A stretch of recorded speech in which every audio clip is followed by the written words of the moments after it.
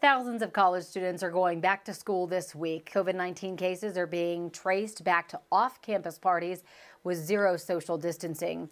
Those cases are now forcing colleges to cancel in-person classes and quarantine students, including here in Colorado.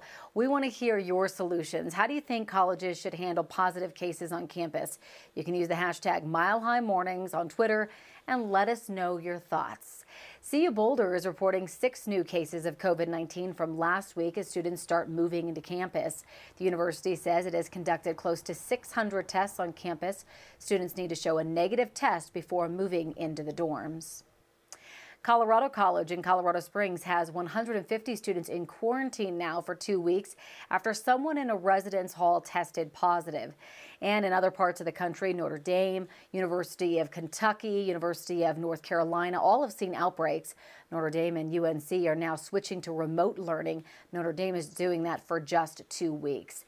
So taking a look at your solutions this morning, Susie says she's impressed with Colorado Mesa University's plan.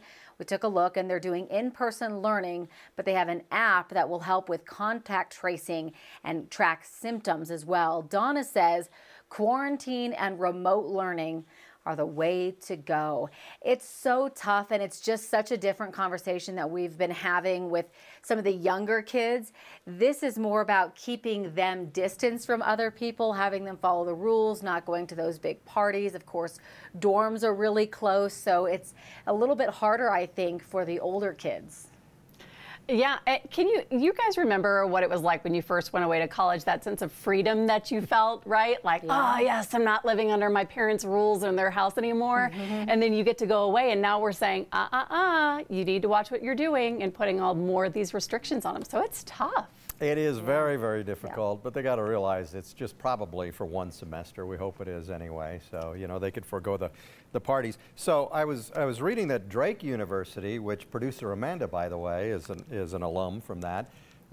They have a no tolerance policy. They have their protocols, and they say if anybody breaks the protocols, you're out. And they've already suspended 14 students. Wow. From this semester. So maybe universities need to get tough.